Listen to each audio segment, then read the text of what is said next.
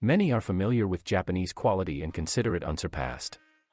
But, as a rule, this is a stereotype associated with insufficient quality and a significant lag of domestic brands in this matter. Everything, as they say, is learned by comparison, so you can't argue with the laws of dialectics. If something is going to break, then sooner or later it will break. What breaks and what are the shortcomings of our right-handed Japanese? Not everyone wants to share their impressions on this topic, so as not to cause themselves psychological discomfort due to memories of the painful choice before buying a car. Well, since all the waiters praise their swamp, then there will be those who will complain about this swamp. First things first. In terms of dynamics and acceleration on good roads, the Honda Stream is certainly an airplane, but not a jet. The suspension works well, but as soon as you get on the dirt road, it becomes harsh and scary. At 160 km/h the car seems to want to spit you out of the saddle. Well, if your daily dose of adrenaline is not enough for you, you can accelerate to maximum speed. Acceleration to 180 km/h showed that it will not be faster, the limiter is triggered. Strange, but there is no alarm or sound notifying that the set speed limit has been exceeded, although the power reserve of the Gazulka remains decent. It is clear that it is prohibited to rush along the roads at such a speed, even on highways, but if a jerk is suddenly required, for example, when overtaking is ending, then it is better not to risk it and interrupt it. We must give credit to the engineers here. Controllability is at a fairly high level. Maneuverability, dynamism, starting speed from a traffic light, everything is in order. Braking is adequate. In general, there is only 3 things left to say on this issue. In general, there are no complaints, it's all a matter of habit. The rear mirrors are informative, so there is no need to break your neck when backing up. But there is a minus that will more than once make a stream of cold sweat tickle your spine. When turning right in a right-hand drive car, the A-pillar blocks your view. Therefore, you have to bend and stretch your neck like a turtle out of its shell in order to turn safely. Here we can indicate that the Honda Stream has been eliminated from cross-country ability. Sorry for one fat minus. The short wheelbase and stiff suspension will definitely help you sit on your belly in a snowy winter. Moreover, the same 8/9/10s pass quietly, going a little crazy with engine speed. Further, the jitters, after the first digging out of the car, will haunt you constantly. The whole problem is the low ground clearance and the peculiarities of the transmission.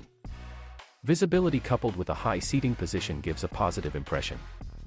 Backrest tilt adjustment is present on all seats. All rows of seats are also equipped with head restraints. The standard steering wheel is quite thin, it will take time to get used to, although this is not a critical moment for everyone. And this subjective minus can be easily corrected by covering the steering wheel with the same leather. There are problems with audio preparation. Standard music is certainly not for music lovers. The absence of a radio is solved by purchasing a decoder, and tolerable sound quality from 4 speakers is achieved by adjusting the volume not all the way. In principle, the headlights shine normally in the low beam mode and you don't have to switch to the high beam mode. Well, it's very bright, just right to shoot down planes. Some fans of Chinese xenon have long installed it on their Stream.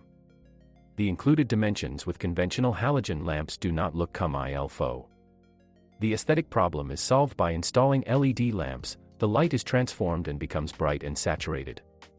The only drawback of the Honda Stream is that after it you don't feel comfortable in all sorts of Avensis and other passenger cars, the roof immediately begins to press and there is not enough air. By transforming the seats in the second and third rows, you can turn your Honda into a small van. Bathtub, doors, windows, everything will fit, the main thing is not to overload it according to the permissible weight. Yes, the chairs don't need to be taken apart, and they will fit in just like that.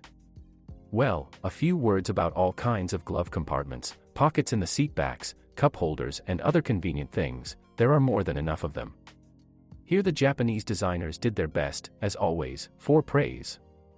Nothing superfluous, everything is in place. As for the comfort of sitting in the third row, not everything is in order here, as in many similar classes of cars. A passenger over 180 centimeters tall will of course fit in, but he will drive while reassuring himself mentally about the advantages of bad driving over good walking. You can still say that it is inexpensive. Scheduled maintenance, consumables, etc. are tolerable in price. But in terms of fuel, it's impossible to get beyond 10 L/100 km point.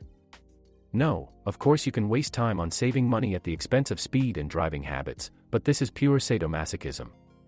Honda Stream is simply unbearable in turtle mode, so whether you like it or not, you will have to turn on the hare mode. Here you either accept it or reduce the number of engine hours, but not the speed.